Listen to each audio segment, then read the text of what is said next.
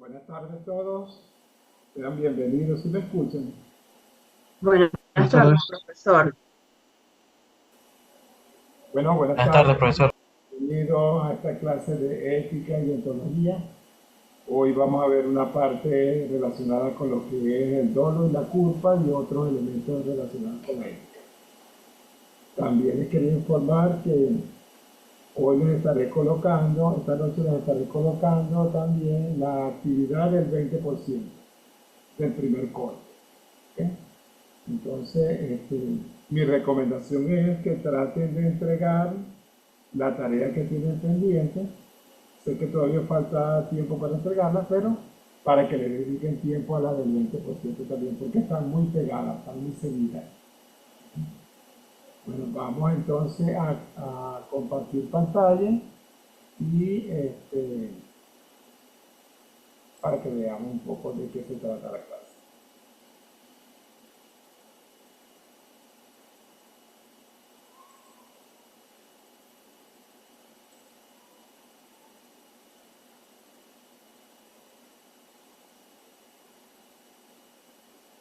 Hoy vamos a ver algo de lo que tiene que ver con el dolo, con la culpa, de qué se trata, cuándo es necesario hacer el dolo, cuándo es un dolo, cuándo se considera el dolo dentro de este proceso.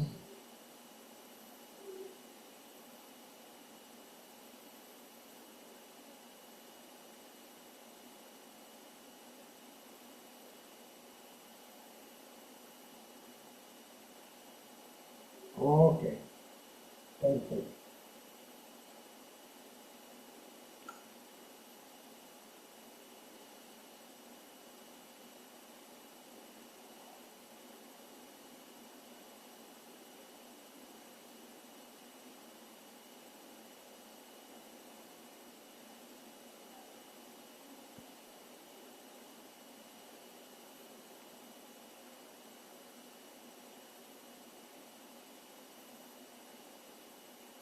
Ok, entonces, de acuerdo a este autor, Carrasquero, ah, Carrara, no, Carrasquero, Carrara, realmente cuando hablamos de la culpa, realmente es un hecho a través del cual se supone que involucra alguna,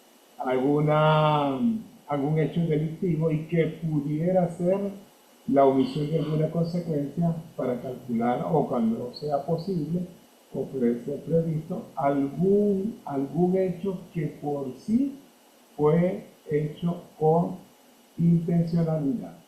Generalmente cuando hablamos de una culpa pudiera ser algún elemento que eh, cuando lo hacemos realmente premeditado o no, porque la culpabilidad puede que sea premeditada o no, y esta puede tener varias consecuencias. ¿Ok? Cuando hablamos de la culpa pudiera ser de varios estilos, puede ser leve o ligero, o puede ser grave. Y quizás a lo mejor el elemento de gravedad o de ligereza va a depender de la forma en cómo se ejecuta. Cuando hablamos de la culpa o de una negligencia, porque realmente hablar de culpa o de negligencia es lo mismo, consiste en una falta que de alguna u otra forma va a manejar aquello que nosotros que por alguna tendencia a no hacer o hacer lo que no se debe hacer, pudiera estar entrando en un delito que para nosotros pudiera ser culposo. ¿Ok? Quiere decir que la culpa pudiera ser podemos decir que la culpa pudiera ser leve o levísima. Realmente la culpa leve realmente es la falta de alguna diligencia en algún hombre prudente o que emplea en la administración de sus negocios la importancia sobre lo que se está haciendo. ¿Qué quiere decir? Que la culpa sea leve o sea grave, igualito no deja de ser culpa. Y quizás la gravedad va en función de lo que nosotros hayamos fijado o de lo que la intencionalidad de la persona que la persona tenga. Quizás el descuido también pudiera decirse que es algo eh, que puede denotarse como culpa, y allí quizás pudiera decir, mira, lo hice pero descuidadamente, pero aún así los hechos o las responsabilidades que te atañen son coherentes. Generalmente cuando hablamos de alguna culpabilidad es porque en el hecho, de alguna u otra forma, la persona ha tenido alguna influencia sobre la premeditación o no del hecho que se está realizando. La culpabilidad también puede tener elementos de gravedad cuando la premeditación está comprobada. Pues cuando tú haces algo bien planificado, premeditado, que tú,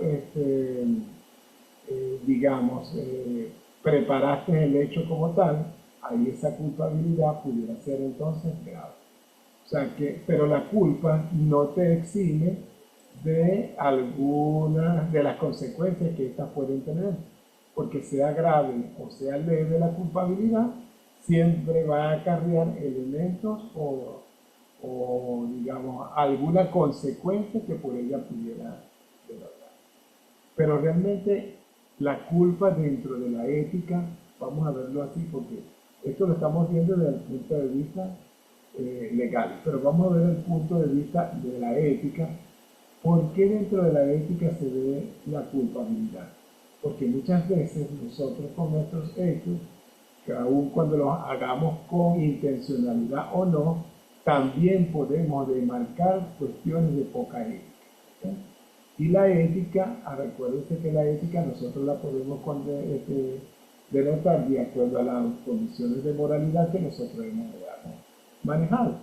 ¿Okay? Entonces la culpabilidad dentro de la ética se tiene que manejar porque de alguna u otra forma puede incurrir en el hecho de lo que nosotros estamos haciendo. ¿Qué quiere decir esto? Que bueno, desde el punto de vista ético, yo pudiera ser culpable o no, pero igualito tengo una sanción por ello. Hablar también del dolo, el dolo significa que de alguna u otra forma nosotros pudiéramos estar accionando voluntariamente o no el elemento que nosotros nos implica como hecho. Hablar del dolo realmente es hablar de una forma del perfeccionamiento de la culpa como tal.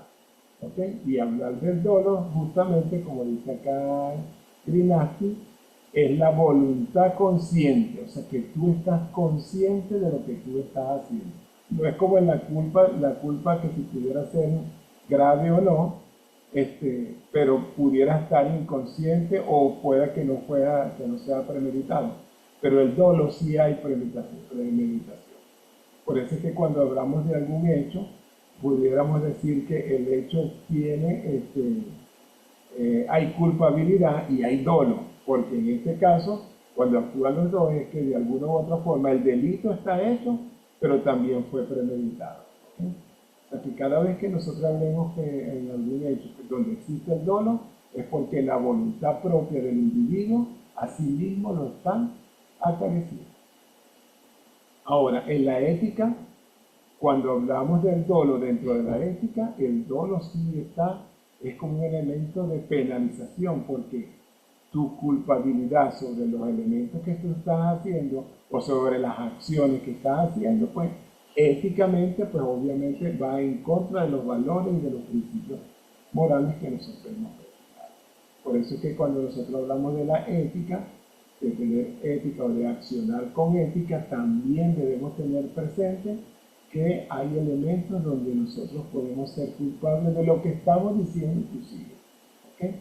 Porque eso allí nos está indicando que de alguna u otra forma nosotros estamos premeditando los hechos bajo los cuales nos estamos haciendo. ¿Okay? Entonces, en la ética es muy importante ver los elementos que de alguna u otra forma involucran nuestras normas jurídicas. ¿Okay? Fíjate que desde el punto del punto de vista moral y de derecho, pues las normas jurídicas también son las que de alguna u otra forma regula la conducta de aquel individuo a través del cual nosotros nos estamos dirigiendo, y que pudiera ser con algunas características que pudieran tener la compatibilidad o incompatibilidad con los hechos que se están realizando. Las normas jurídicas obviamente pues están hechas para que de alguna u otra forma puedan aplicarse con castigo o no de los hechos que nosotros hayamos cometido. Y cuando hablamos de algún hecho que puede ser con dolo y con culpa, pues obviamente allí aplican las normativas que nosotros podemos delegar.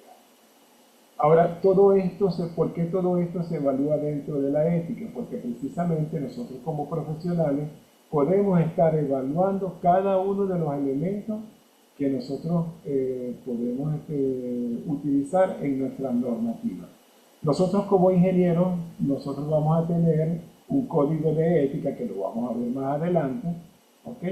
Y que ese código de ética de alguna u otra forma debemos cumplirlo, porque hablamos de un código y bueno, cuando hablamos de un código es justamente al cumplimiento de una normativa que se debe realizar o que se debe respetar y ejecutar.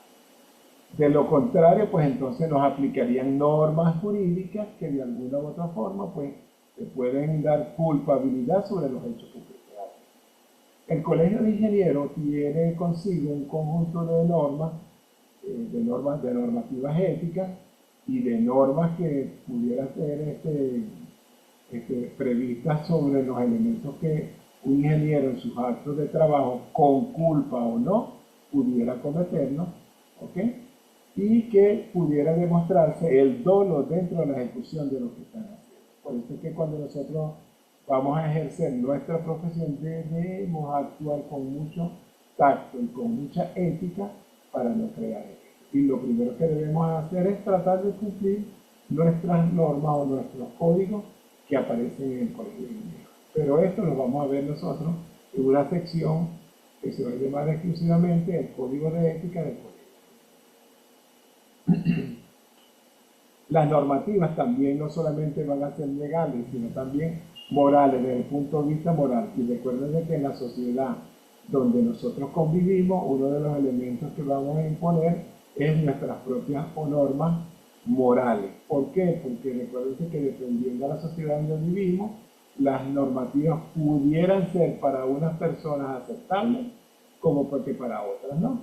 Y esto lo podemos ver entre unas regiones e incluso entre países o naciones que pudieran cambiar ciertas normativas morales dentro del mismo contexto. Y asimismo como existen las normas morales, también existen las normas religiosas.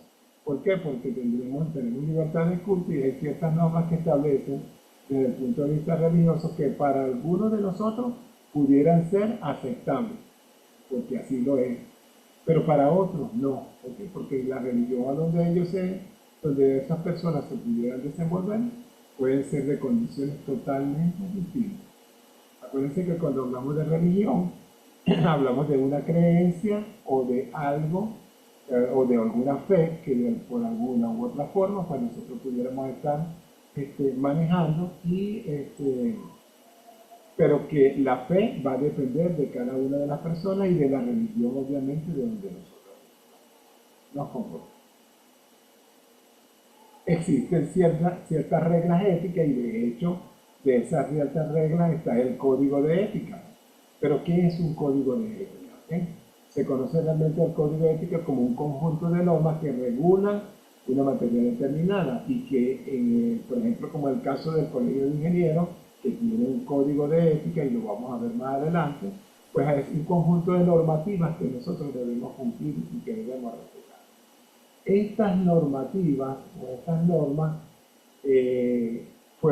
ustedes siempre, todo el mundo siempre me hace la misma pregunta, es ¿por qué esas normativas fueron regidas en función del Colegio de Ingenieros y generalizadas para las profesiones de ingeniería exclusivamente, o de ingeniería y de arquitectura? Bueno, porque precisamente recuerden que nosotros desde el punto de vista moral y legal, pues nosotros podemos tener acciones diferentes en cada una de las ramas que nosotros podemos ver. El código de ética, por lo tanto, fija normas que regulan el comportamiento de las personas dentro de una empresa o de una organización. Y aunque la ética no es coactiva o coercitiva, el código de ética supone una normativa interna en el cumplimiento obligatorio. ¿Qué quiere decir esto? Que cada vez que nosotros tengamos un código de ética, no necesariamente en nuestro colegio de ingenieros, puede ser en cualquier organización, ese código de ética son normas para cumplir. Porque de lo contrario entonces estaríamos cayendo en violaciones de la ley y cuando hablamos en violación de una ley, pues entonces las cosas cambian.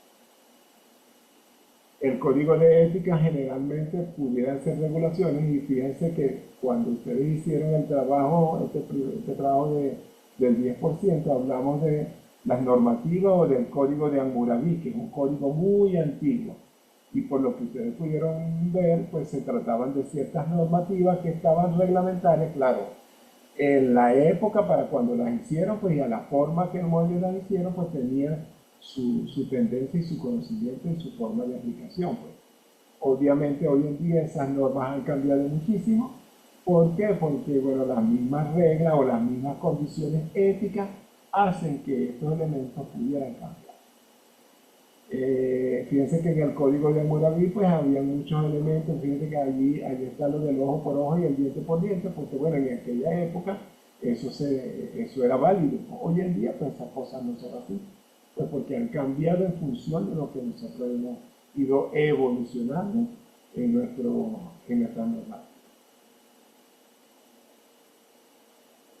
Otro elemento que nosotros debemos considerar a la hora de hacer el estudio de nuestras normativas es la nombrada pirámide de Kelsen. ¿Qué es la pirámide de Kelsen? Aquí realmente es donde nosotros vemos un orden o un seguimiento de cómo deben ser evaluados o cómo deben ser estudiados cada una de las normas o las leyes que rigen dentro de una nación. ¿Okay? Y cuando hablamos de las normas y de las leyes, pudiera ser cualquier tipo de reglamento que para cualquier país nosotros pudiéramos trabajar.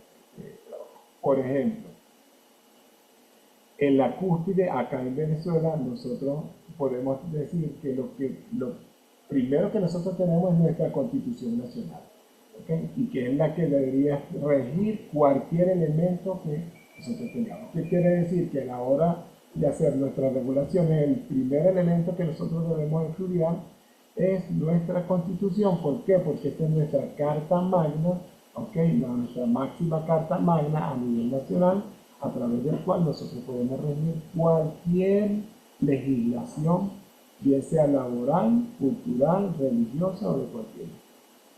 Posteriormente existen todas las leyes orgánicas pues, que se derivan, que pueden estar derivadas o inclusive soportadas dentro de esta misma normativa. ¿Okay? ¿Qué quiere decir? Que en una nación deben haber organismos que editan o que regulan las leyes y que nosotros, por ejemplo, acá en Venezuela, pues así mismo tendríamos las leyes que pudieran regular nuestras funciones. Por ejemplo, la ley de hidrocarburos, que es una de las cosas que nosotros manejamos como país petrolero, pues.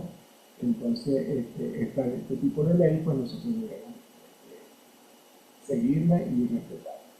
Están las leyes ordinarias, que son los decretos que cuando algunos elementos no están dentro de la ley o de una ley explicativa o una ley normal, nosotros podemos tener algún decreto pues, especial, pues mira, por decreto especial, y aunque no esté dentro de la ley, pues entonces ella también forma parte porque se ampara bajo la ley. Asimismo están los reglamentos que pudieran derivarse, y esto aquí inclusive no solamente a nivel nacional, sino estatal. Hay algunos reglamentos estatales que nosotros pudiéramos derivar, y finalmente están las ordenanzas municipales, porque las ordenanzas municipales pues rigen y funcionan exclusivamente para cada municipio donde se desenvuelve. Fíjense que aquí vamos desde el nivel nacional y vamos bajando y degradando hasta llegar al nivel municipal. ¿Qué quiere decir? Que nuestras normas y nuestras leyes pudieran estar regidas también acá.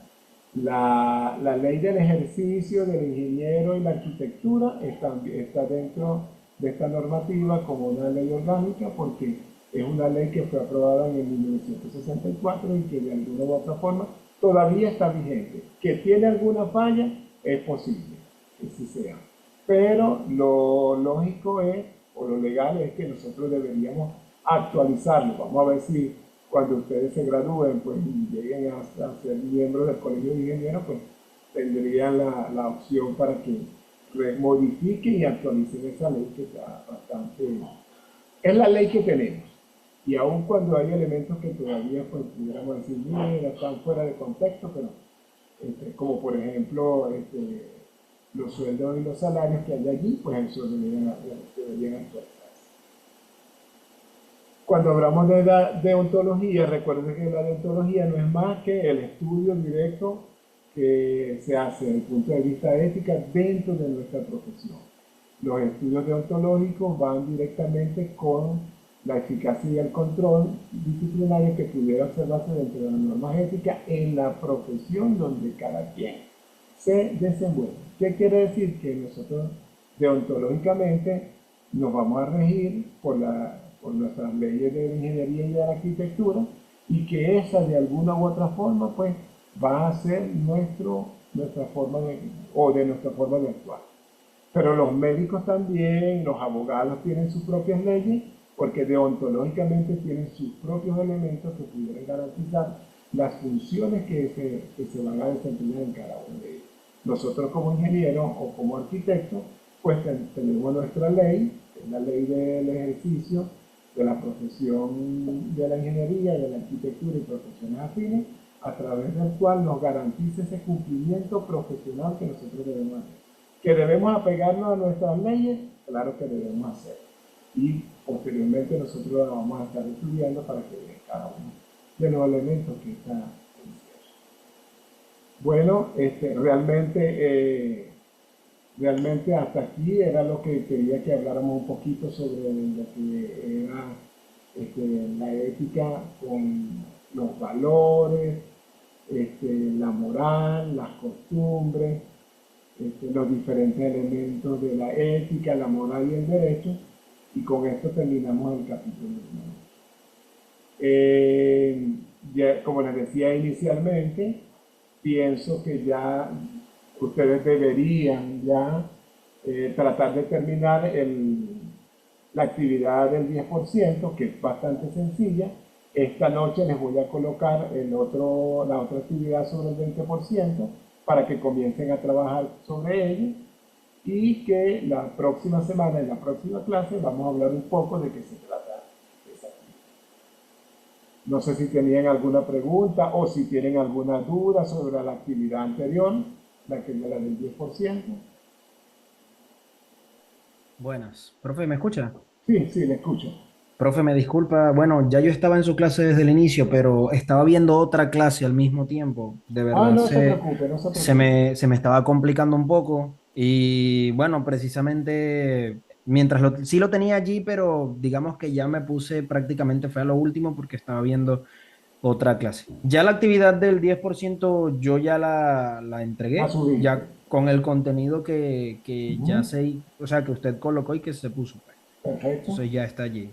Ok, ok, no hay ningún problema entonces. Entonces, bueno, Ok. si ya está lista, bueno, yo esta noche le estoy colocando la segunda actividad, la del 20%. Yo la iba a subir en Semana Santa, pero le voy a ser sincero, yo tuve que salir, no me dio tiempo de cargarla, de montarla, hoy fue que la vine terminando y esta noche se la voy a subir. Al terminar la clase yo debería estar subiendo ya la actividad del 20%. Otra cosa también que les quería comentar, les voy a activar también desde ya la opción para que ustedes creen los grupos. Recuérdense que hablamos al principio del semestre que íbamos a crear grupos de trabajo que no importaba que fuesen de diferentes sedes ni de diferentes localidades, pero yo les iba a colocar la opción allí y les iba a abrir un foro para que ustedes se comunicaran por ese foro de grupo para que entre ustedes se comuniquen y se pongan de acuerdo para crear grupos de trabajo. En el grupo ustedes van a ver quiénes son los integrantes, quiénes van a estar allí, o sea, van a tener la disponibilidad. Y lo que sí lo que sí les voy a pedir es que, por ejemplo, una vez que ustedes seleccionen un grupo, pues ya no estén cambiándose de un grupo para un lado para otro. De hecho, la opción en el grupo, una vez que selecciones esa opción, te quedas en ese grupo que hayas seleccionado. Esto lo digo porque vamos a tener en el segundo y en el tercer corte algunas evaluaciones grupales, porque los temas así lo meritan y porque las opciones o los objetivos que se persiguen en esos contenidos es para que se trabajen así, de forma grupal. ¿Alguna otra pregunta? Buenas tardes, profe. Disculpe que haya ingresado tan tarde. Ok. Pues, llegando del Diga, trabajo. buenas tardes, César. Luis.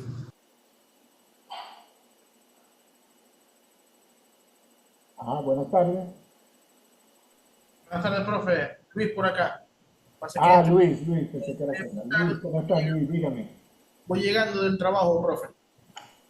Ok, bueno Luis, no te preocupes porque nosotros, la clase ya se está grabando.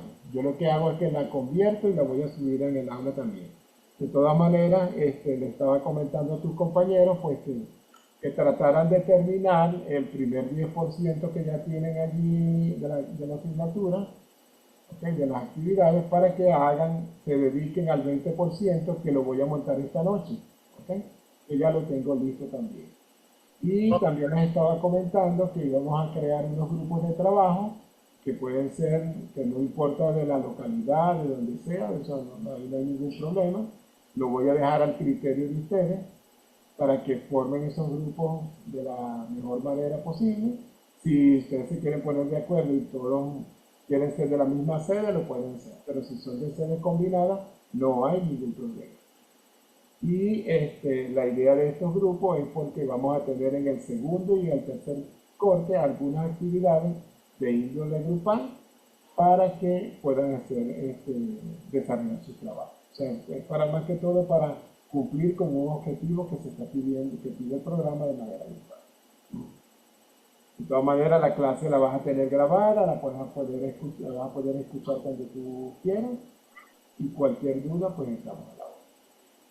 ok. Gracias, profe. Ok, Profe, yo tengo una pregunta. dígame. Yo también. ¿Perdón? Sí, dígame.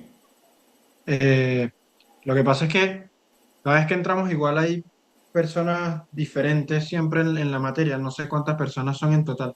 Ajá. ¿Y cómo afectaría esto en cuestión de hacer trabajos grupales? No Porque hay no sé ningún si todos problema. tienen, es que no sé si todos tienen la misma disponibilidad o cómo coordinar con ellos el tema y todas esas cuestiones. Te comento algo. Los grupos pueden ser de diferentes, no importa de que sean de diferentes sedes, de diferentes, que es lo que hacemos nosotros acá, por eso les hago una sección de un foro grupal para que ustedes se comuniquen, porque no necesariamente tienen que reunirse todos al mismo tiempo. Lo que sí es necesario es que uno de ustedes comande el grupo, eso lo deciden ustedes, y y reparta la forma, y pueda repartir los contenidos que se van a discutir o de lo que van a desarrollar. Y una vez que ustedes se reparten, cada quien trabaja su parte y luego la organiza. Es como que igualito como si estuvieran en forma presencial, pero aquí lo van a hacer de manera virtual. No hay ningún problema, acuérdense que el hecho de que estén en horas diferentes, en horarios diferentes, e incluso en ciudades o países diferentes, no les va a quitar eso. Por eso es que estoy tratando de que el grupo se haga desde ahorita para que ustedes se vayan comunicando y vayan bien, como lo que van a hacer. De todas Ah, maneras también, las actividades que van a ser grupales, yo las voy a colocar con suficiente tiempo. ¿Okay? No como las otras, por ejemplo, como las individuales yo las coloco con cierto rango y ustedes, pero como eso es individual, cada quien lo puede hacer en el momento que quiera. Las actividades grupales hay que colocarlas con suficiente tiempo para que ustedes tengan tiempo de organizarse, comunicarse, no sé, crear, de repente pueden crear un grupo por WhatsApp entre ustedes, entre sus grupos, ¿no? Inicialmente, pues. Y por ahí se van comunicando. ¿Qué quiere decir? Que Profesor, yo les voy a estar comunicando ya cuál es la, yo les coloco hoy la actividad del cierre del 20% y este fin de semana les estoy colocando la actividad para el segundo corte, que la van a hacer mitad. Ah, Dígame, ¿quién fue el otro que me preguntó? yo, yo tengo una pregunta, profesor. Buenas tardes. Disculpe, Buenas profe, tardes. una pregunta. ¿De cuántos integrantes puede ser el grupo? Los grupos van a ser de 4 o 5 integrantes. Algunos van a quedar de 4 y otros de 5. No son muchos integrantes, ¿por qué? O- Porque la idea de esos grupos tan grandes de 7 y 8, pues no me parece. Y los temas que nosotros estamos manejando son temas que de alguna u otra forma son cortos. Entonces, poner grupos muy numerosos, pues llegará un momento que entonces no, casi que no le van a tocar a algunos nada. La idea es que el grupo sea máximo entre 4 o 5 participantes. ok, muchas gracias. Bueno, entonces cualquier cosa, cualquier duda, pues igualito yo estoy a la orden para lo que ustedes necesitan, en lo que yo los pueda ayudar. Entonces nos veremos la próxima clase y bueno, hasta luego. Hasta Hasta luego, luego, profesor. profesor. Hasta Hasta luego, profesor. luego, Frederick, hasta Yoli, luego, profe. César, Luis, Sebastián, Argenis, ¿quién más por acá? César Pérez, Manuel. Ok. Ok, nos vemos entonces.